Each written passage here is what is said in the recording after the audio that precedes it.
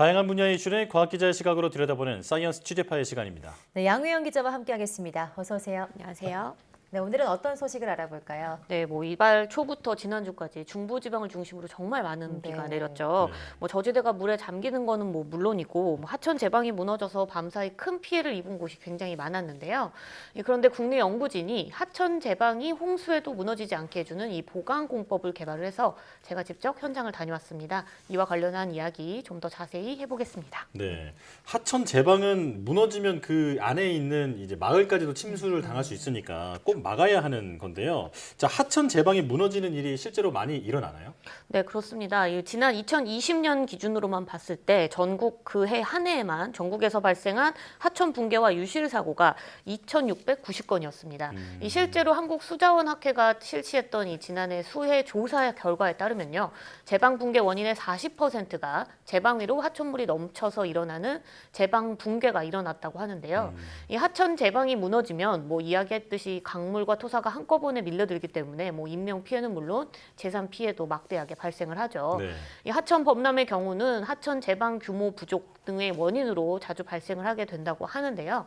한국하천일람에 따르면 2020년 12월 기준으로 전국 하천은 35,872km입니다. 이 중 제방 정비가 완료된 구간은 절반에 불과하고요. 제방 보강이 필요한 구간은 27.7%, 제방을 새롭게 만들어야 할 구간도 21.6%에 이른다고 합니다. 네.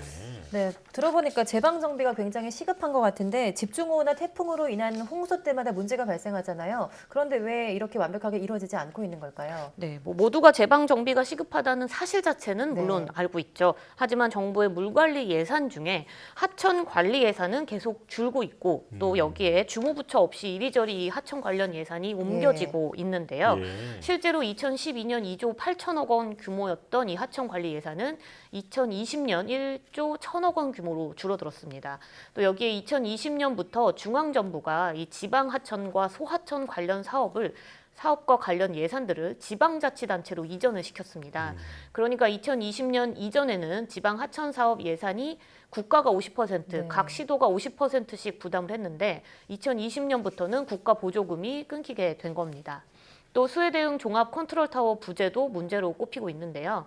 정부가 지난 2018년 수량과 수질 관리 업무를 국토교통부에서 환경부로 일원화 했는데 하천 관리는 여전히 국토교통부에 남아 있습니다.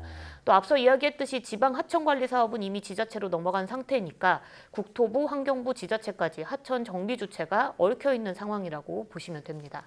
또 지자체가 재정 자립도가 한 50% 수준이거든요. 이 하천 정비 사업 등이 이래서 후순위로 조금 더 밀릴 가능성이 많거든요. 윤석열 정부 역시 긴축 재정을 기조로 내세운 만큼 현재 지방 하천 사업이 당장 국가 사업으로 다시 가져오기는 또 어려운 상황이라 당장의 해결책은 일어나지 없을 것으로 보입니다. 예. 그러니까 정책적으로는 관리가 잘 안 되는 실정이다라는 건데요. 그렇다면 기술적으로라도 보강을 해야 할 텐데 현재 제방 붕괴를 막는 기술은 없나요? 우선은 하천 범람으로 인한 제방 붕괴를 막는 기술은 지금까지는 없었습니다. 이 제방의 높이를 설계를 할 때 기준으로 잡는 게 홍수량이거든요. 근데 이 홍수량이 현재는 80년 만에 한 번 발생할 수준의 홍수를 견디는 높이로 설계를 하고 있습니다. 그런데 올해 폭우는 100년 만에 온 폭우잖아요. 이런 100년 만에 오는 폭우가 온다. 그럼 지금의 제방 높이로는 하천의 범람은 아예 막을 수 없게 되는 거겠죠.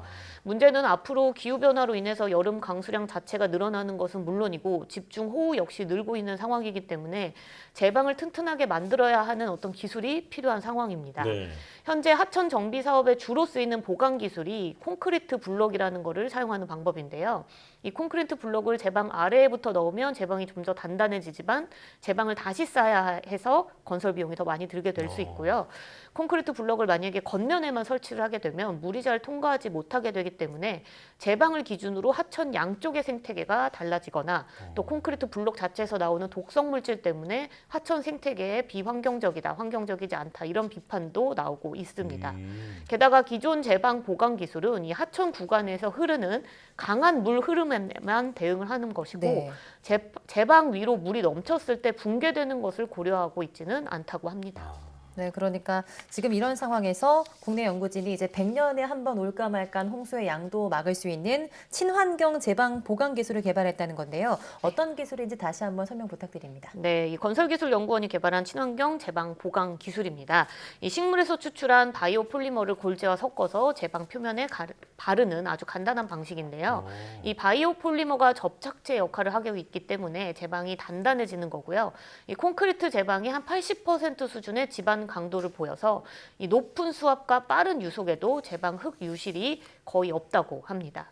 이 제작 공정 또한 굉장히 간단한데 현장에서 바이오 폴리머와 골재를 섞어서 기존 제방에 보강하는 방식으로 반나절이면 시공이 모두 네. 끝난다고 합니다. 경제적 장점도 있는데 기존 보강 공법 대비 건설 비용은 30%, 또 유지 관리 비용은 70%까지 줄일 수 있다고 하는데요. 연구진의 설명 직접 들어보겠습니다. 바이오폴리머라고 하는 것은 일반적으로 미생물이라든지 유기물로부터 추출한 중합체로 보시면 됩니다. 이 통칭인데요. 이것을 일반 골재와 붙여서 아주 단단하게 만드는 거죠. 단연간의 연구를 통해서 이것이 일정 정도의 건설 소재로 활용이 가능하다는 것을 저희가 판단을 했고요. 그 다음에 저희가 사용하는 이런 바이오폴리머가 환경과 인체에 어떤 악영향을 미치는 이런 유해 물질이 용출이 되지를 않습니다. 그래서 환경적이라고 이제 친환경이라고 볼 수가 있습니다. 제방을 새로 짓는 것도 아니고 그 위에 바르기만 하면 된다고 하니까 정말 획기적이라는 생각이 드는데, 자, 그 보강 기술이 적용된 제방과 그 기존 제방의 붕괴 실험을 해봤다고 하는데 그 결과는 어떻게 나왔습니까? 네, 연구진이 이제 개발한 보강 기술을 검증을 또 해야 되잖아요. 그래서 실제 하천 규모에서 실험을 진행을 네. 했습니다.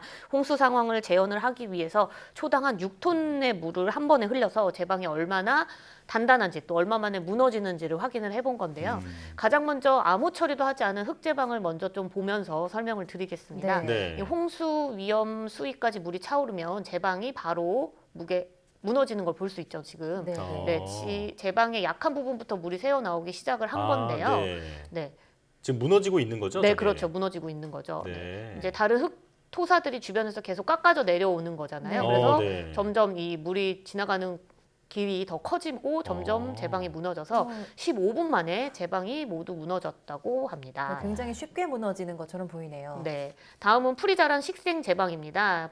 식물이 자라면 뿌리가 흙을 좀 잡고 있으니까 좀 더 튼튼하거든요. 네. 그래서 식생 제방은 물이 차올라서 제방 위로 넘쳐도 바로 무너지지는 않습니다. 네. 스며드는 게 볼 수 있죠. 하지만 역시나 약한 부분에서부터 물이 새어나오기 아. 시작합니다. 한 30분 만에 이 식생 제방도 무너지기 시작해서 결국 완전히 무너졌다고 합니다. 무너진 네. 모습이 굉장히 크죠. 예. 네, 다음 마지막으로는 바이오폴리머가 보강이 된 제방은 어떤지 한번 살펴보겠습니다. 이 물이 차오르고 한참 뒤부터 반대쪽으로 물이 조금씩 새어나온 걸 현장에서 확인을 했는데요. 예. 앞서 흑제방이나 식생제방은 약한 부위에서 집중적으로 물이 네, 지나갔던 것과 달리 네. 지금 보시면은 그냥 뭐 흐르는 것처럼 네. 네. 정수기에 물이 지나가는 것처럼 제방 곳곳에서 물이 졸졸졸 흘러나오는 걸 볼 수 있는데요. 네. 이건 이 바이오폴리머와 골재 사이에 공극이 많기 때문에 물이 분산되어서 흘러나오는 거라고 합니다. 연구진은 실험을 한 6시간 동안 진행을 했는데 6시간 내내 무너짐 없이 처음의 형태를 그대로 유지했 것을 확인을 했습니다. 네. 네, 그만큼 이 홍수로 인한 하천 범람에도 붕괴 시간을 지연시켜 주는 거기 때문에 인명이나 재산을 보호하는 효과를 가졌다고 볼 수 있습니다. 네, 영상으로 보니까 이 제방의 내구성을 확실히 증진시켜주는 게 확실해 보이는 것 같은데요. 네. 그런데 제가 지금 얼핏 보니까 그 아스팔트에 까는 콜타르랑 네. 비슷한 것 같은데 환경적으로 문제는 없는 걸까요? 네, 뭐 색깔이 이제 검정색처럼 네. 보이니까 좀 그렇게 보일 수는 있는데 이거는 이 바이오폴리머는 앞서 잠깐 설명을 했듯이 유기물로부터 추출한 네. 어떤 중합체를 통칭하는 말인데요. 네. 연구진은 이 피자마라는 식물의 천연 오일 성분인 폴리올을 사용을 해서 이 바이오폴리머를 만들었습니다. 네. 이 푸탈레이트 계열의 가소제나 뭐 휘발성 유기화합물이 전혀 없는 친환경 제품으로 만들었기 때문에 이 시멘트와 달리 물 속에 들어간다고 해도 강알칼리 물질이나 수산화칼륨이 나오지 않아서 하천 생태계에 영향을 주지 않고요. 연구진은 또 이 개발한 기술에 대한 해양 독성 평가도 따로 했는데요. 식물 플랑크톤이나 뭐 동물 플랑크톤은 물론이고 개구리와 피라미아 같은 곳의 그 어류에도 네. 이 물질을 그러니까 이 바이오 폴리머가 적용이 된 물을 넣었을 때도 영향이 아무것도 없는 거를 확인을 했습니다. 또 이 바이오 폴리머가 골재 사이의 강도를 높이면서도 앞서 이야기했듯이 40% 정도의 공급을 유지하고 있기 때문에 제방에서 그대로 식물이 잘 자라는 것도 확인을 할 수 있고요. 하천 수질이 정화되는 장점도 가졌다고 네. 합니다. 네. 그렇다면 기능적으로나 환경적으로나 비용적으로나 그 모든 면에서 확실히 우위를 보이는 신공법인데요. 바로 현장 적용이 가능할까요? 네, 그렇습니다. 바로 현장 적용이 가능한 상황인데요. 연구진은 이미 대구에 있는 신천과 또 김해에 있는 대청천에 이 개발한 보강 공법을 적용을 해서 보강 공사를 진행한 상태고요. 또 시범 사업 이후로 앞으로 실제 하천 제방 보강 사업에 적용을 확대할 계획이라고 밝혔습니다. 또 홍수 분담을 위해서 일부러 제방 높이를 낮게 설계해서 물이 넘치도록 하는 원류 제방이라는 것이 있는데 이 원류 제방에 적용할 수 있는 바이오 폴리머도 후속 연구를 통해서 개발할 예정이라고 밝혔습니다. 네. 이제는 폭우가 새로운 일상, 그러니까 뉴 노멀이 될 거라고 하는데 이런 방제 기술이 도움이 되길 바라겠습니다. 자, 사이언스 취재파의 양회영 기자와 함께했습니다. 고맙습니다.